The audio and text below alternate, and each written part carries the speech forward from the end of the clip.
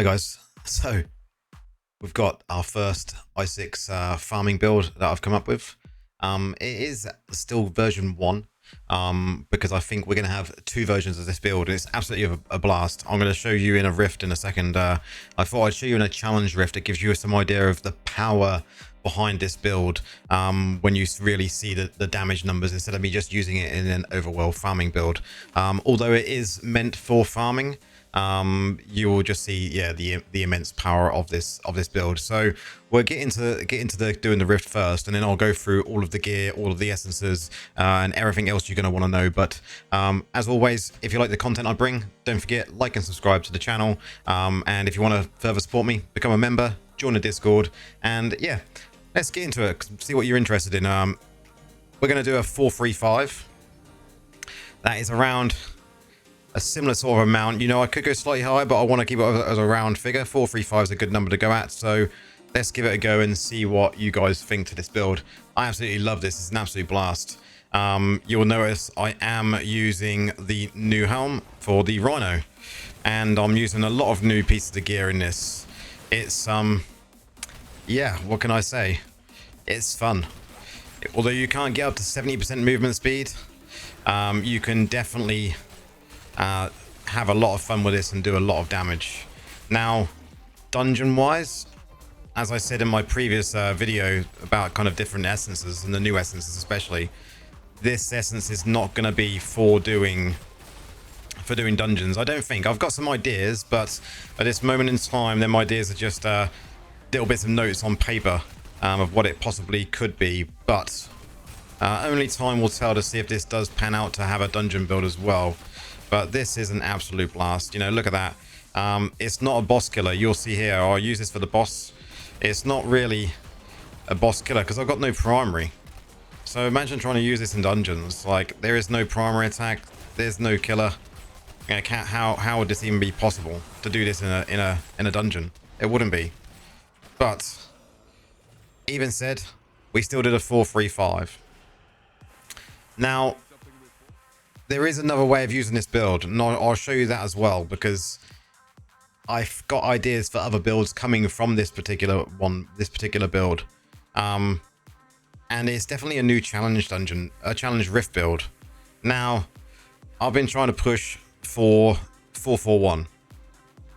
Now, you will see me fail at this. I won't get this done, but you can see that I'm 300 below on the CR. I'm going in with a build with no defensives. There's no bone armor in this. No bone armor. And if I get the right mob type, you'll really see what this build can do, because it's unbelievable. There we go. What mob type? This is not too bad.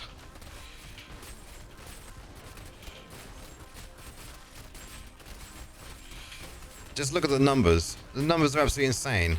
And it's all about how you do these mobs. Now, I want to stay on the outside of them. I don't want to go into the pile at the moment because I'm running low on health. If I go into the pile, I know I'm going to die. So it's always going to be skirting around the outside and going through them stairs. Playing it very cleverly until I get to heal up. There is a health up here so we can get back up to full. Back down. Skirt around. We skirt around.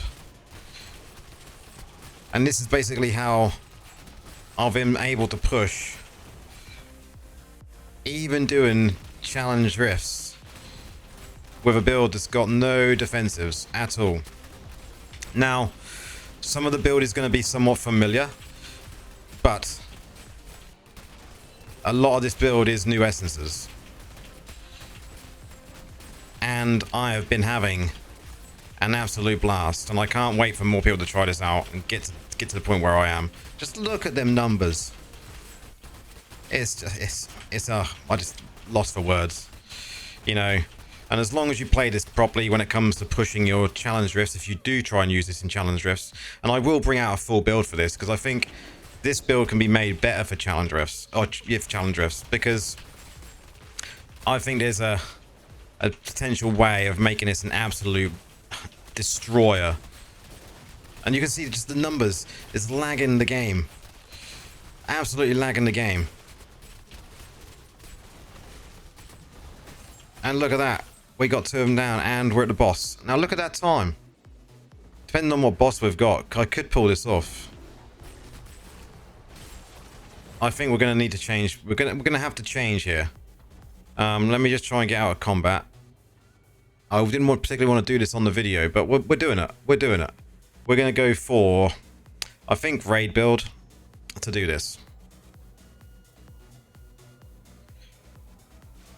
And this would be a little Brucey bonus to the video, if I'm able to pull this off. Which I don't think I will be able to, because he's just going to absolutely destroy me. Because I've got...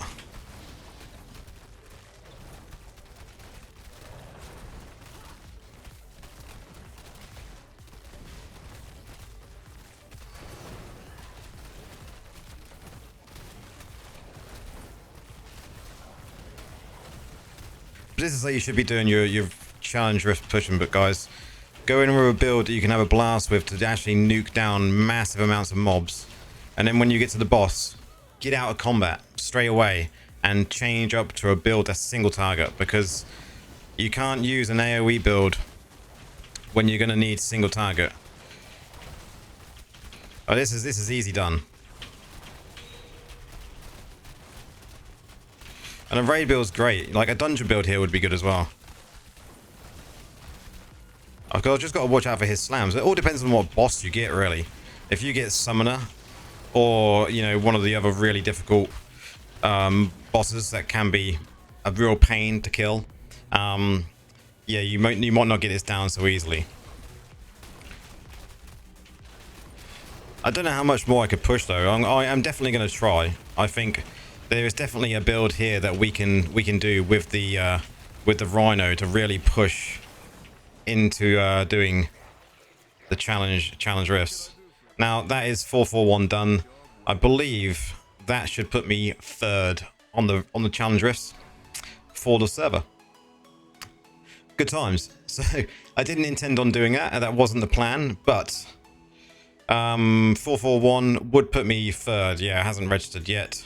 There we go. Leaderboard third. So let's go back to the build we was here to talk about. Now, let me just reactivate this build here. You can briefly see what I've got here going on, but let's get into the skills to start with. Now, primary does not matter. Our build, what we're using is going to be using the Rhino. Primary is completely obsolete here because while you're on the Rhino, you cannot use it. So you can put in whatever one you want to out of Bone Spear and Soulfire. That does not matter whatsoever. We're going to be using Grim Scythe. We're going to be using Bone Spirits. We're going to be using Corpse Lance. And we're going to be using Bone Spikes. Bone Spikes is going to be obviously for our Crypt Charger. Now, when it comes to gear pieces, this has to be I6 onwards, Inferno 6 onwards. You cannot be doing this any lower than that, really. You can get the gear in I5, but you have to be farming in I6. So if you're below 800 in I5 and you've got CR to do I6, jump up to do I6 so you can collect the gear. At this moment in time, you can't go get it through the loyalty bonuses, so bear that all in mind.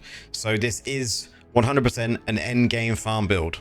Now, for the helm, we got a Val Hallow's Head, the brand new helm for Inferno 6, and this one here says it's a Crypt Charger.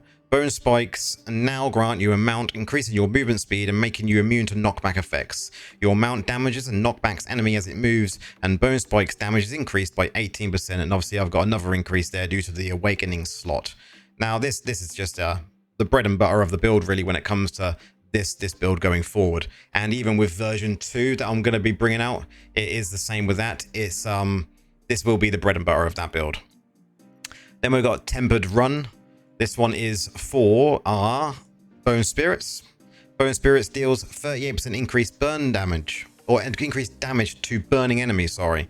And obviously the burning spirit damage, Bone Spirit damage is increased by 10%. So yeah, this one, clearly you can see burning here.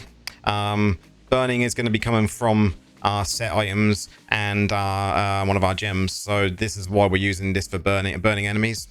We're then using Spare Ribs, the new shoulders for Inferno 6. Bone Spike shatters enemy armor, increasing the damage they take for 7.6% up to 3 seconds, up to a maximum of 22.8%. And then you've got another cooldown of Bone Spikes. Now, cooldowns for Bone Spikes, very important to get 100% uptime on our Crypt Charger.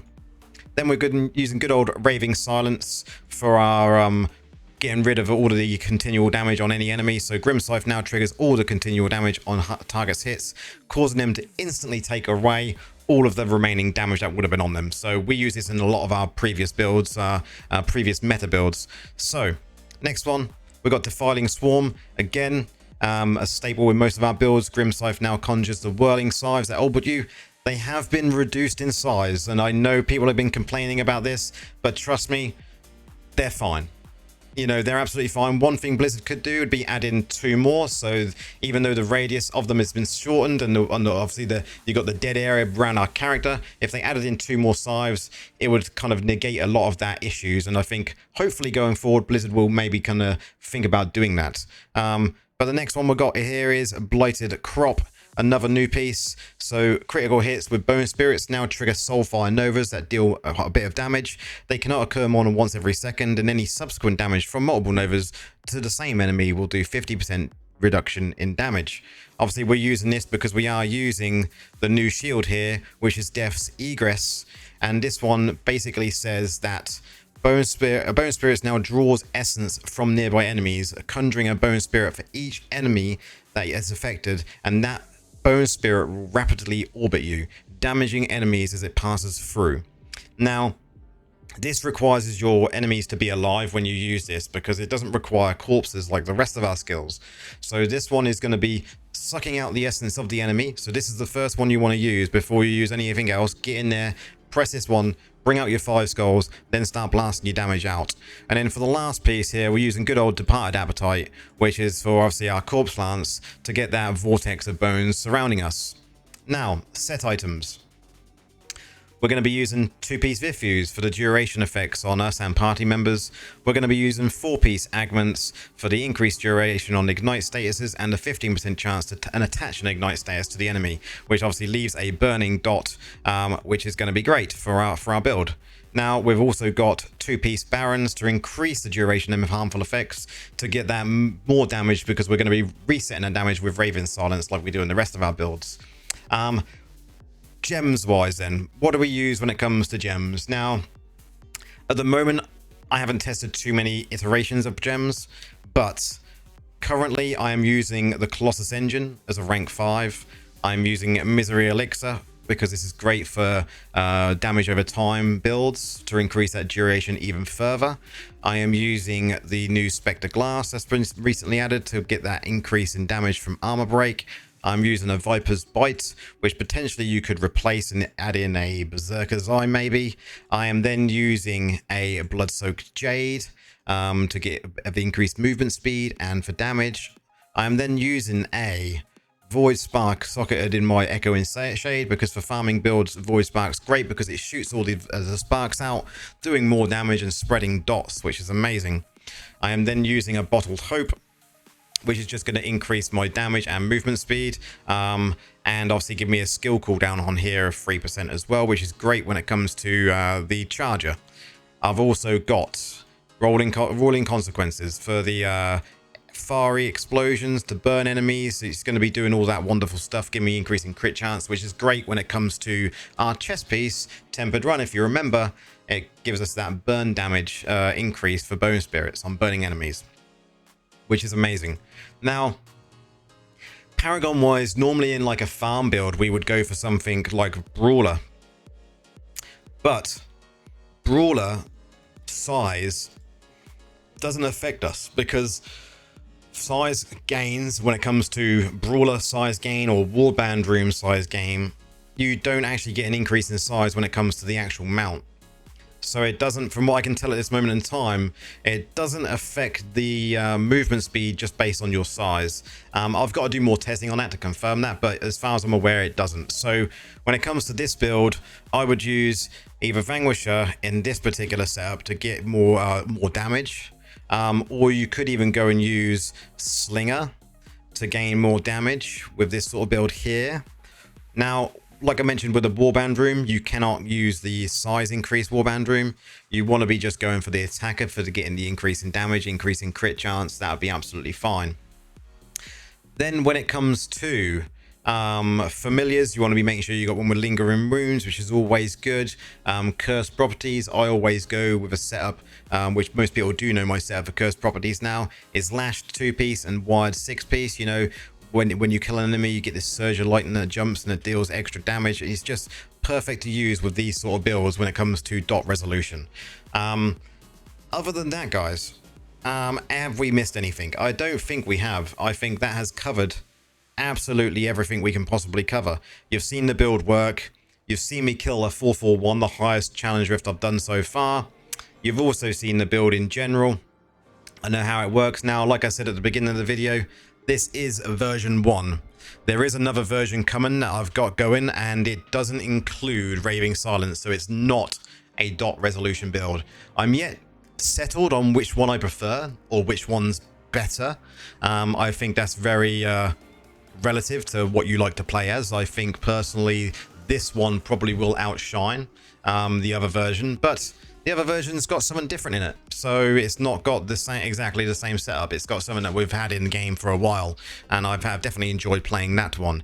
Now, if you feel there's any changes I could potentially do to this build going forward, then put them in the comments. Come onto my Discord, have a chat about it, and we can definitely look at updating the build as the weeks and the months go on with playing with these new essences.